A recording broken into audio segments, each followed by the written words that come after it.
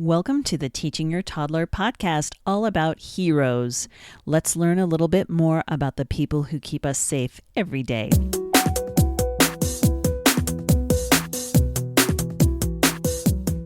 Welcome to the Teaching Your Toddler show with Mary Jo Tinlin. Each show we talk about fun activities to do with your little one, including a craft, a letter of the week, Spanish words, songs, games, and even a snack for each weekly theme.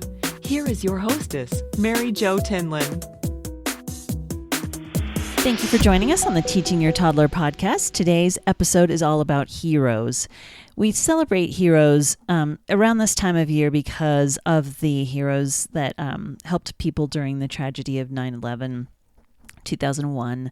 Of course, none of your kids will know about this, and you don't need to talk about that necessarily, but we can absolutely talk about heroes in our lives that are like police officers and firefighters and soldiers and, anyone that guards us, even, our families are the leaders of our families. And if you have someone who is what we call a sheepdog, somebody that takes care of people, you can talk about that with your kids too. But there's also heroes in storybooks, right? Knights and princes and the heroes of the Bible and all kinds of things like that. So there's heroes all over and all around us and in our culture as well. And you can also talk about your child being a hero, him or herself, by helping out an animal or a sibling or a neighbor or a friend.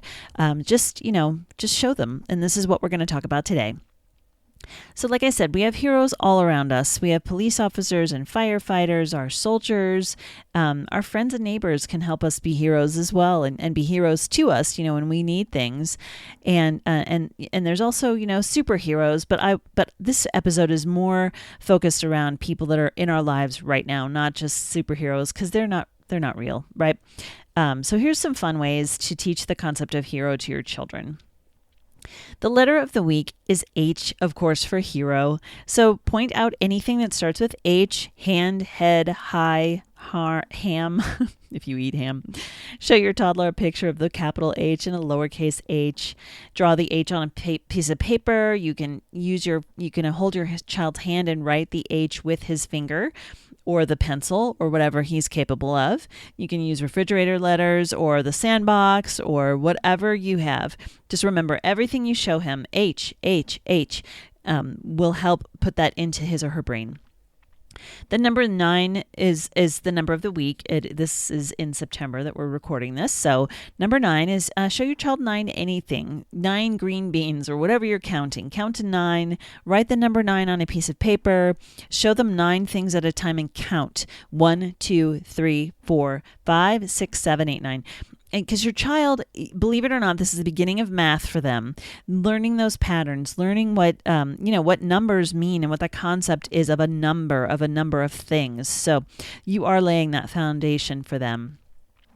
The song of the week is a link to an instrumental version of the song Johnny Comes Marching Home, which is a very, very old song. It was written during the Civil War for the soldiers. And it has some interesting meaning behind it if you want to research that a little bit. But it's to the same tune as the Ants Go Marching,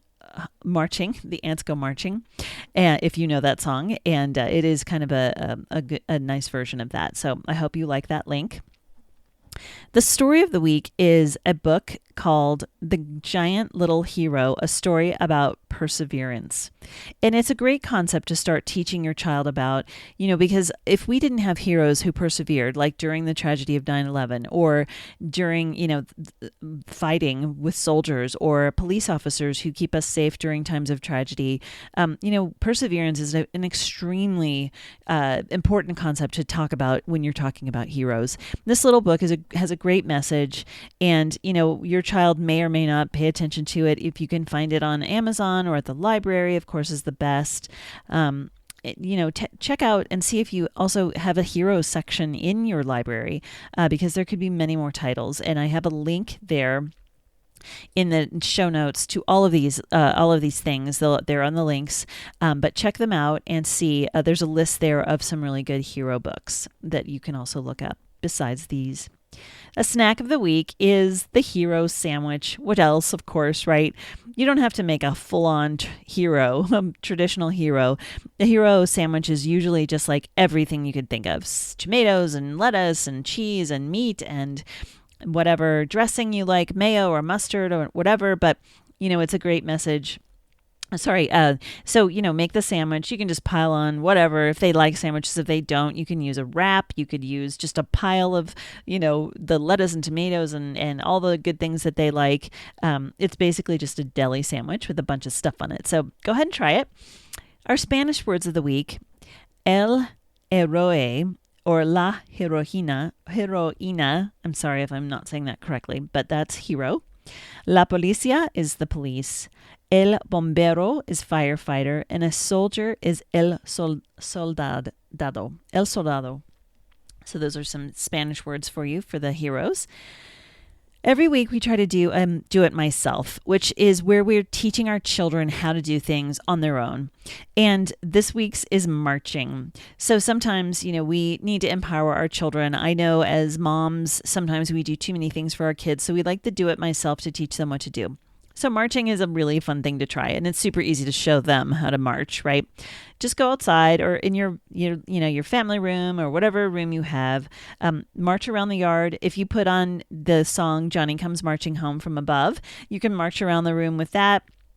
And just, show them what to do with their arms. And it's also a good exercise. So I hope you guys enjoy that. The activity of the week is very simple. It's the fire truck printable. You can print that out. I mean, you can find any kind of printable on the internet that you want. So look for printables, and you can act out the story. That are there. The printable is the fire truck, and just let them decorate it with crayons or colored pencils, or let them stick things on there, whatever, it's up to you.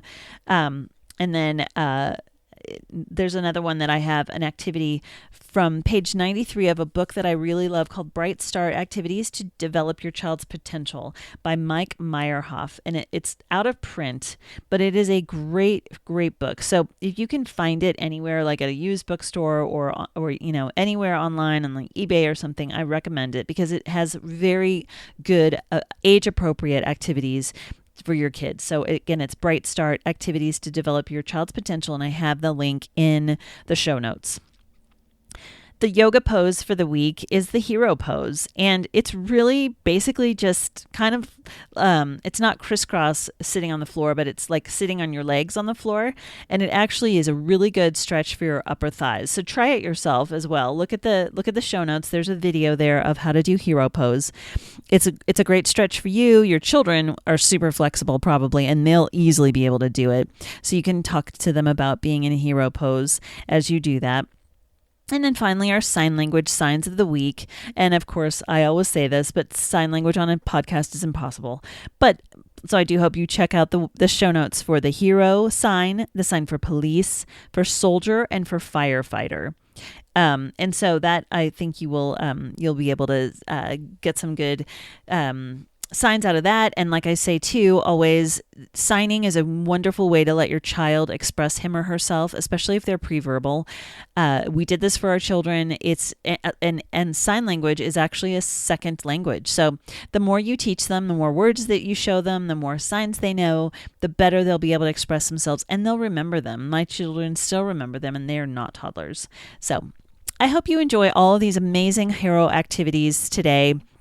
Remember, always say, I love you, give your child a hug, read to them, talk to them, stay off your phone and engage, because this season of life is very short and you don't want to miss it. So I hope you enjoyed this. Please, again, find us on the web at www.teachingyourtoddler.com, on Facebook we're Teaching Your Toddler, and Twitter at Teaching Toddler. And I try to tweet when I have new stuff out, when the podcasts come out, and just anything in general. So I'll keep you posted on all of that stuff. Please, I hope that you recommend the show to your friends and like it for wherever platform you're watching it or listening from. And again, until next time, keep teaching. Thank you. Thank you for joining us for the Teaching Your Toddler Show with Mary Jo Tinlin. We hope you had some fun and you got some great ideas for the week. Please subscribe to the podcast, like us on Facebook, and visit the website for all the links we discussed at www.teachingyourtoddler.com. This has been the Teaching Your Toddler Show with Mary Jo Tinlin. Until next time, keep teaching.